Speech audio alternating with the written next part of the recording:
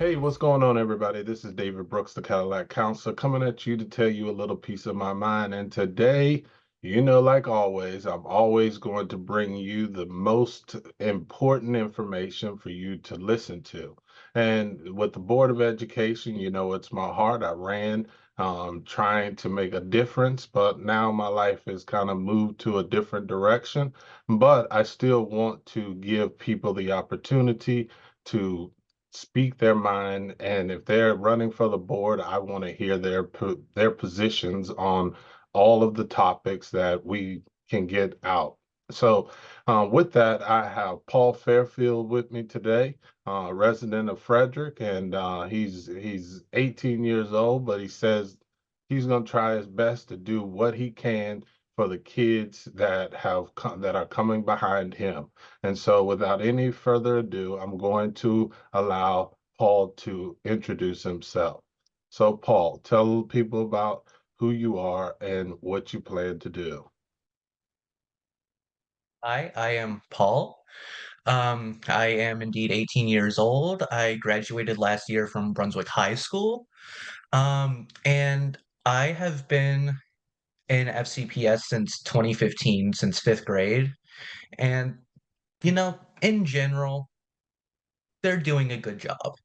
But I believe there is, like everyone, they have room for improvement. And I think younger voices, younger people who have experienced it firsthand know quite a lot more than the average person may about the problems that face the county education wise. For example, Brunswick, its school, its high school was built in 1965. It's older than anyone in the building, really, almost. It served four generations, and it's got asbestos. It's not ADA compliant, American with Disabilities Act compliant. It served the community well, but it's time for it to go. It is lacking behind every single other school in the county. It's cramped, it's dark, it's stuffy, it's yellowed. It doesn't have the facilities to support classes every other high school does. Um, it's just time for it to go. It needs to be updated. Also, Uh, Policy 443, on another note, has been nothing but a saving grace for the LGBT community in the middle and high schools. It does not indoctrinate anyone. When it was introduced in 2019, I identified as a straight white male, and after going through middle and high school, I still identify as a straight white male. It didn't, like, quote unquote turn me gay. It just, people who are gender nonconforming, LGBT, anything, it just keeps them safe. It allows people to be themselves. And they're saying it's teaching our kids whatever bad stuff. It's going to turn my son into my daughter. And, like, if that happens, well, then it's not because of Policy 443. Policy 443 has just probably let them know maybe they do feel like who they actually are. So, Policy 443 is an asset to the county and it should not be taken away.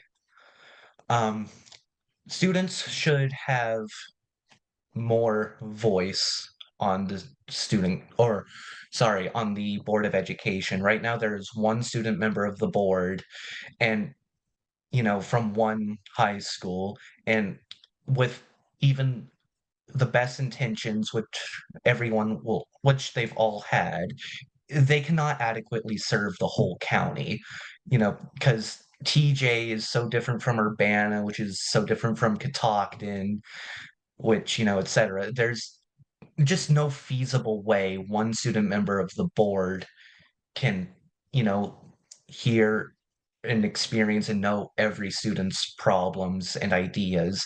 So I really think the student member of the board should be the student members of the board. A wide cast throughout, someone from every count or not county, from every district should have some representation on the student member of the board part of the Board of Education. Um, I also think FCPS should start focusing on mental health for the students more. Uh, it's there, but it doesn't feel as available. Like I know there are psychologists and, guidance counselors in every school, but I really only learned that after the fact of when I actually needed them. I feel like excuse me, psychological, psychiatric support could really be expanded. Like FCPS evidently has a framework there. We just gotta let the students know about it, make it more available. Um, yeah, that's That's about most it. of what I have to say. All right, so you were talking about Brunswick and how they need a new school. My question to you would be, um, um, how are you going to go about reducing the classroom size in general, just through all of the classes, not just at the high school, but reduce the classroom size in general so that students will have a more of a better ratio with the teacher to student body? How are you going to go about handling that? Well, I guess the obvious answer would say hire more teachers. It's obviously not that easy. Um, Personally, from what I know, the blueprint for Maryland's future, I believe is what it's called. That seems like a good step, competitive salary, pay raises to, make it less hard and awful of being a teacher because I know it's a hard and annoying job. Uh, Maybe a little bit of my fault. Well, not mine specifically, but so, benefits, pension, healthcare, raises, those are all important to, getting teachers and keeping teachers. There's, a reason why teachers quit, leave, go to better places. It's because they're not treated well. And I think that would be a good way to do it to decrease classroom sizes, have less or more teachers per student. Well, we need more teachers, and to get more teachers, we need to treat teachers well. So how do you feel that they are going to increase the salaries of the ones we already have, but still then have the money to bring in new ones? That is a fair point. Budget thing is it's hard, of course.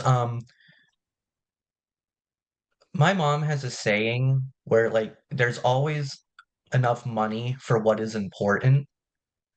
And in this case, I think, teachers are important. There's probably somewhere in the budget that could be allocated towards that instead of what it is. Like maybe administrative, like, top level, like, Board of Education member uh pay decreases, finding cheaper ways to get like, materials like textbooks. I mean, honestly, I don't remember the last time I've truly used a textbook.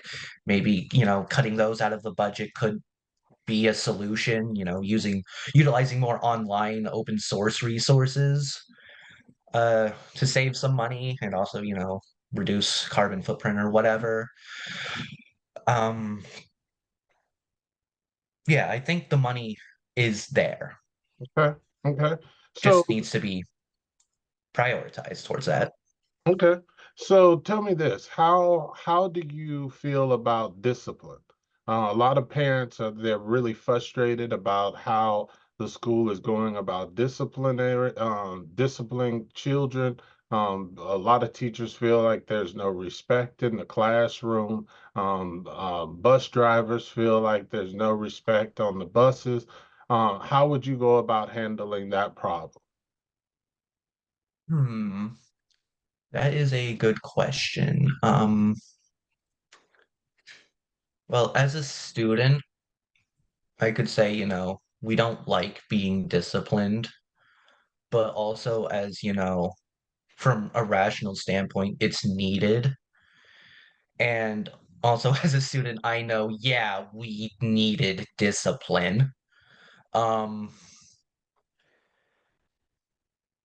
there's, I'm really not sure. It's not really an area, well, not it's not really something I've thought much about. I don't really know what to say. I guess the most I could say is, well, probably not corporal punishment. But um yeah, I'm really not sure. That Okay. would be a good thing to find out, I guess. All right. All right. To talk with people, Yeah. ask teachers and Yeah, definitely. parents. Yeah. So you were talking about the 443 and how people are not thinking that it's a good idea to have it in the books. Who has a problem with it? Uh Mainly small but really loud groups like Moms for Liberty, trying to like, they're indoctrinating our kids, the people who want to ban books from school libraries and public libraries, kind of want to erase, minority voices, which are often found in the form of books. They're the people against it, How which how how do you think you're going to go about working with these individuals if they get on the board with you? How are you going to work in sync with them? uh therapy. No. Um I have the feeling I'd have to be tough. I'd have to, be like, no. Like, sometimes compromise is good, but in other times when it comes to like, basic rights for, people, it's like you can't compromise. So, like, I guess at the end of the day, if someone has to budge and they out stubborn me, um, at the end of the day, my goal would to be to make sure, things like policy 443, not banning, uh, books that are, LGBT, minority voices, that would be like my thing where it's like, I will give in, I'll give you this if you don't take away, 443 or the books or whatever. So I'd work with them as a total last resort. Okay. Okay. So I mean, there's a lot of topics that we could talk about, and I don't want to go through everything today. I just wanted everybody to get to know you, and hear your platform. So, how can people get in touch with you or learn more about you? I've got my website, paulforboe.info, and you can also find me under Paul for BOE on Instagram, Twitter, and Reddit, Okay. and All also right. Facebook. All right. And so tell me this, for the last thing of the question I have to ask you is if there's, 10 people out there that they can vote for, the people can vote for, why would they want to vote for you? I've got a fresh view of FCPS from the inside. I know how it works. I know its problems. The younger or the older I get, the farther removed I get from the problems. So it's best to vote for me now. All I right. see.